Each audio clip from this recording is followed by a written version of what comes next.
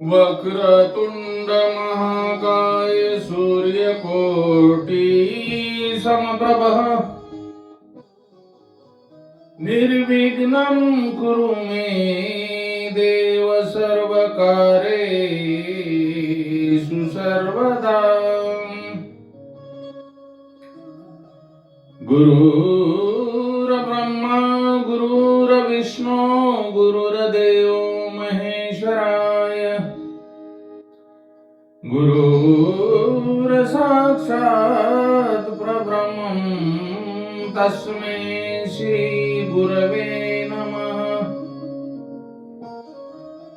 गुरुर्साक्षात् परब्रह्मं तस्मै श्री गुरवे नमः। गुरुर्साक्षात् परब्रह्मं तस्मै श्री गुरवे नमः। गोपाल कृष्ण भगवान की जय। गोपाल कृष्ण भगवान की जय। गोपाल कृष्ण भगवान की जय। श्री कृष्ण गोविंद हरे मुरारे। हे नाथ नारायण वासुदेवाय। हे नाथ नारायण वासुदेवाय। हे नाथ नारायण वासुदेवाय। ओम नमः शिवाय।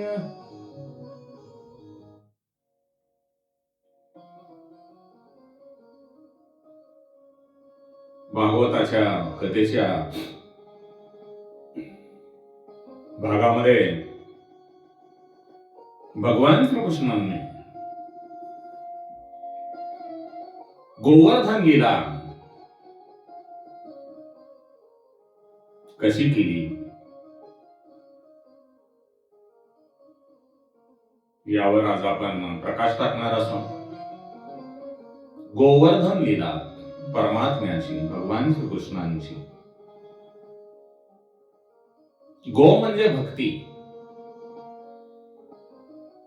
गो म्हणजे भक्ती, गो म्हणजे ज्ञान। आणि गोवर्धन लीलेमध्ये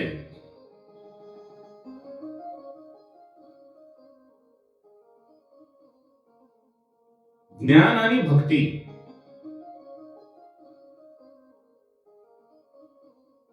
वाढविण्याचा उपाय सांगितला आहे। मनुष्यामध्ये, मनुष्याच्या जीवनामध्ये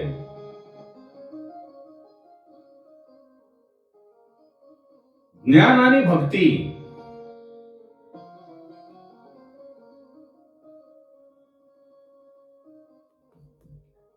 वाढली म्हणजे त्या मनुष्याचा रासलीलेमध्ये प्रवेश होतो।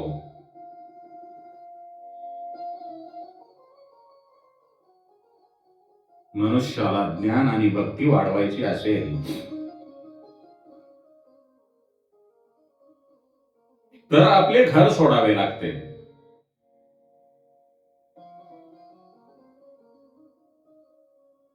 ग्रस्त आश्रमामध्ये असताना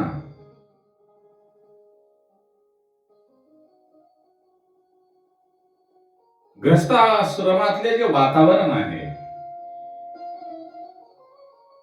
ते ज्ञान आणि भक्ती करता योग्य नाही। कारण प्रपंच संसार करत असताना आपणाला एकांत मिळत नाही, भगवंताच्या भक्तीसाठी वेळ मिळत नाही, ज्ञानार्जन करण्यासाठी एकांतवास हवा असतो, तो मिळत नाही। त्यासाठी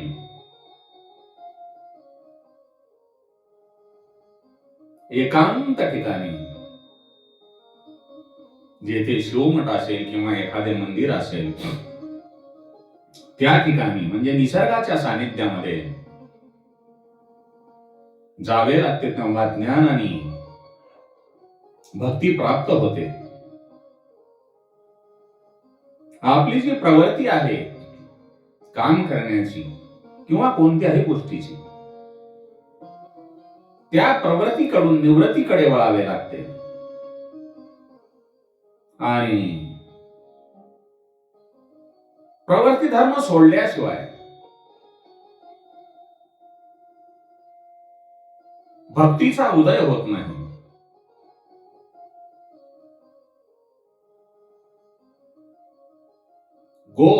गोवर्धन लीला त्यामध्ये जे असणारे काही अक्षर आहेत, गो म्हणजे आपली जी शरीरातली इंद्रिय आहेत, 5 कर्म इंद्रिय आणि 5 ज्ञान इंद्रिय. त्या इंद्रियांची वृत्ती त्यागाने कमी होते, भोगाने नाही.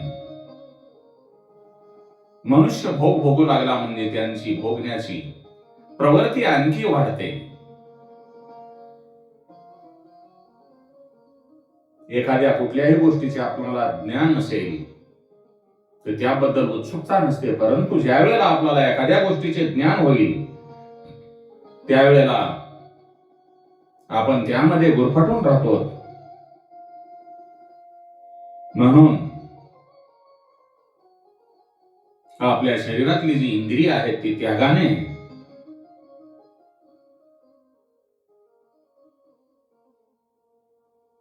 वृत्तीकडे वळतात, भोगाने नाही. आणि या इंद्रियांना भक्ती मार्गाकडे वळवावे लागते. देवांचा राजा जो इंद्र आहे तो या इंद्रियांचा अधिपती आहे. जीव जेव्हा निवृत्त होऊन भक्ती मार्गाकडे वळतो किंवा ब्रह्मचिंतनाकडे वळतो, तेव्हा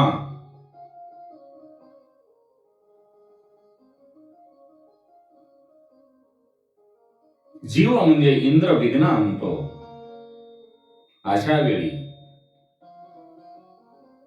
मनुष्याने गोवर्धनाचा आश्रय घातला पाहिजे.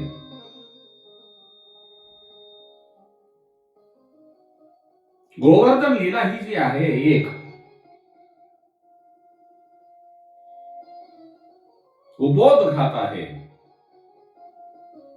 गोवर्धन लीलेमध्ये पूज्य आणि पूजक आहेत.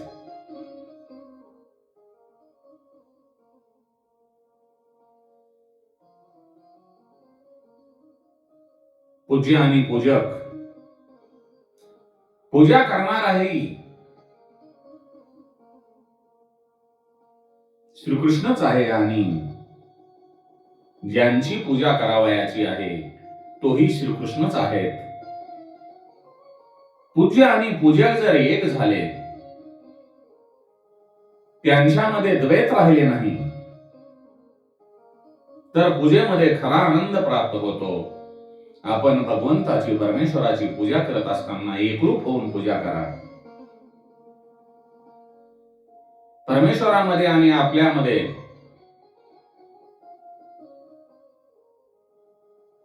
द्वैत जर राहिले नाही, एकरूप झालो, तर ती पूजा केल्याचा खरोखर आनंद आपणाला मिळतो. आपण दरवर्षी दिवाळी साजरी करतो.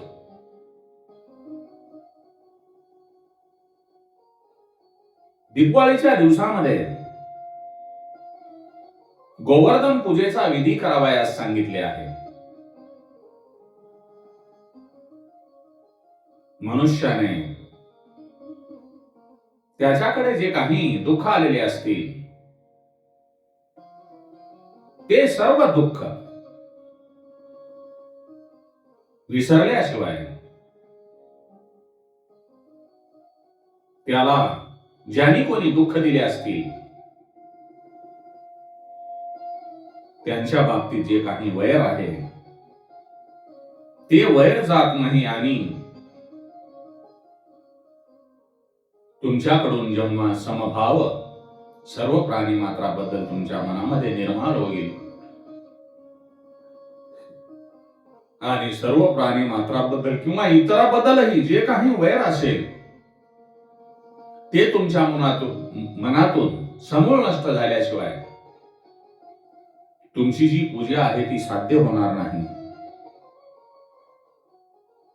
गोवर्धनाची ज्या वेळेला गोकुळवासियांनी पूजा केली त्यावेळी श्रीकृष्णांचे वय अवघे 7 वर्षाचे होते. दरवर्षीप्रमाणे नंद बाबा श्रीकृष्णांचे वडील इंद्रयागाची तयारी करतात तेव्हा बालकृष्ण त्यांना विचारतो, हे बाबा,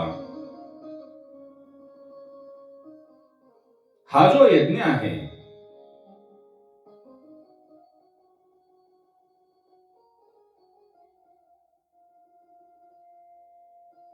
तो यज्ञ तुम्ही का करत आहात?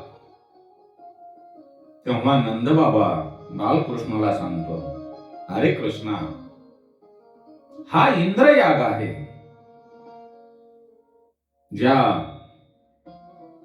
इंद्राच्या कृपेने पाऊस पडतो त्या इंद्रासाठी आपण हा यज्ञयाग करत असतो. पाऊस पडल्यामुळे सारी पृथ्वी तृप्त होते आणि त्या पृथ्वीमधून आपणाला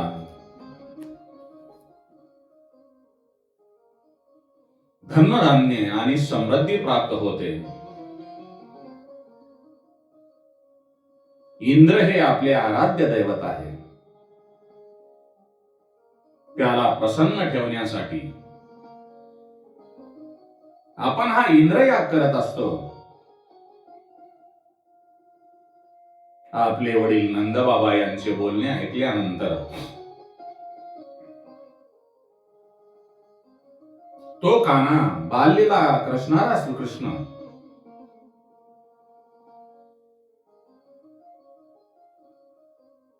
नंदाला सांगतो, बाबा,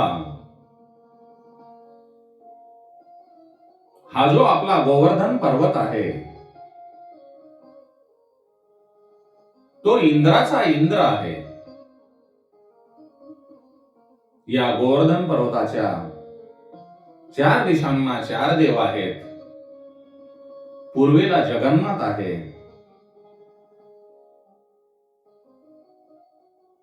दक्षिणेला रामेश्वर आहे, पश्चिमेला द्वारका आहे आणि उत्तरेला बद्रीनाथ आहे. आणि या सर्वांच्या मध्ये माझा गोवर्धन नाद बसला आहे, तो सर्वात श्रेष्ठ आहे. हे बाबा, आपण या गोवर्धन पर्वताचीच पूजा करावयास पाहिजे.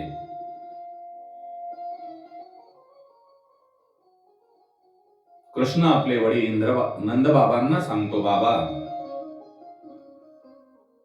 तुम्ही इतके वर्ष इंद्राची पूजा करत आहात,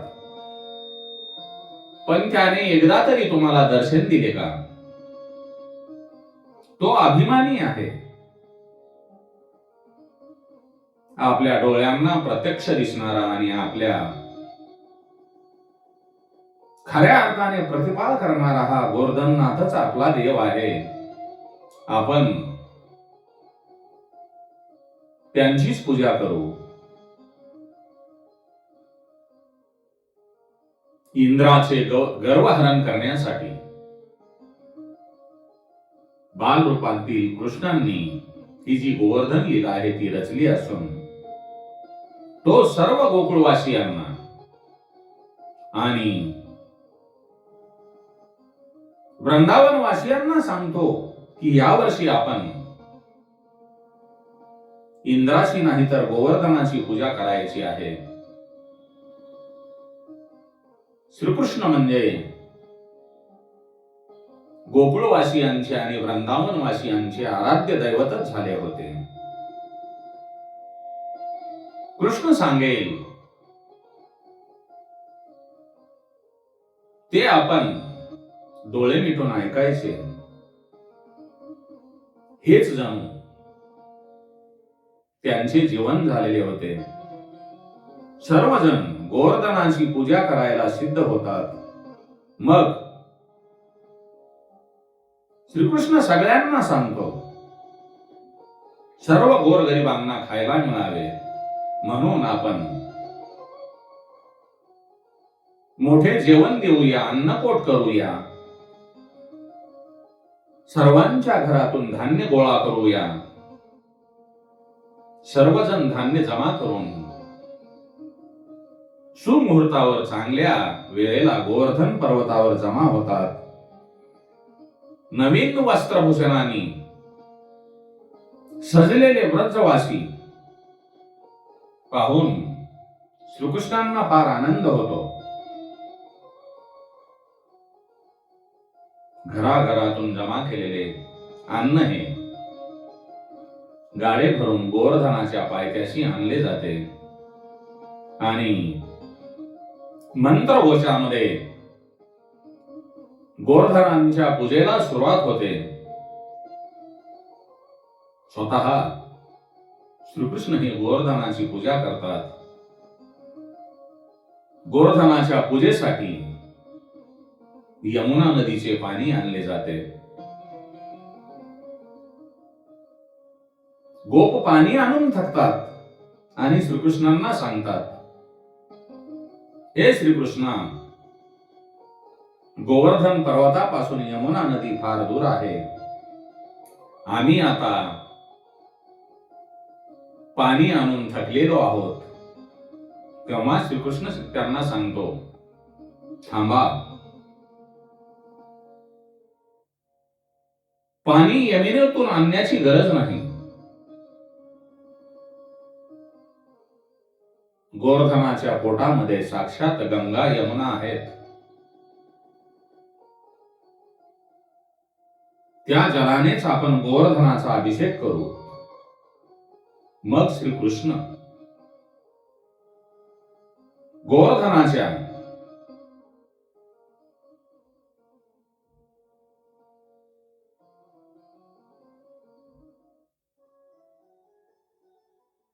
पोटातील गंगेला आवाहन करतात.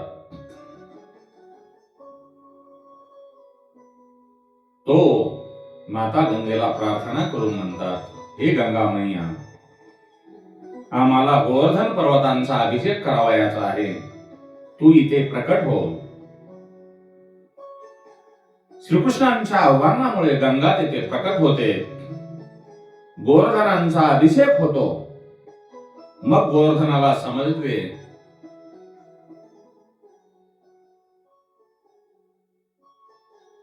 गोवर्धन पर्वताला चांगल्यापैकी सजवल्यानंतर चंदनाची ओटी आणि दह्यादुधाने त्याला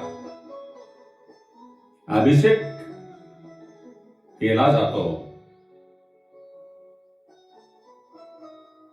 आणि गोवर्धनाची पूजा केली जाते.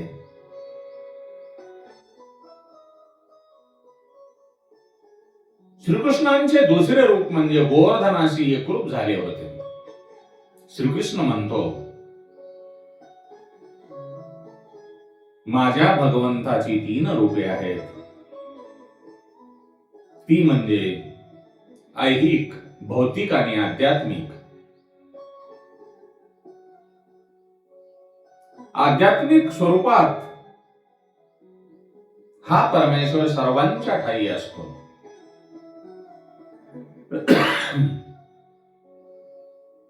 आध्यात्मिक स्वरूपामध्ये हा परमेश्वर सर्वांच्या ठायी असतो आणि त्यांचे आदिदैविक जे स्वरूप आहे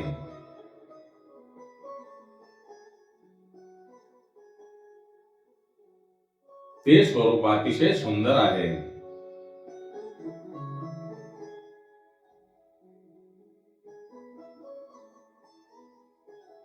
भगवान श्रीकृष्ण हे एक एक आपले अवतार लीला सर्वांना दाखवत असतात.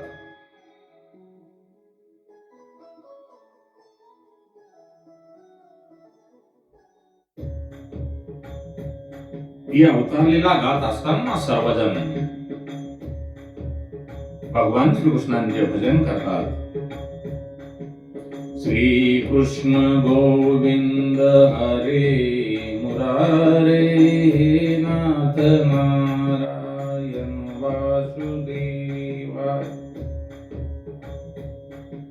श्री कृष्ण गोविंद हरे मुरारे हे नाथ नारायण वासुदेवा. हे नाथ नारायण वासुदेवा.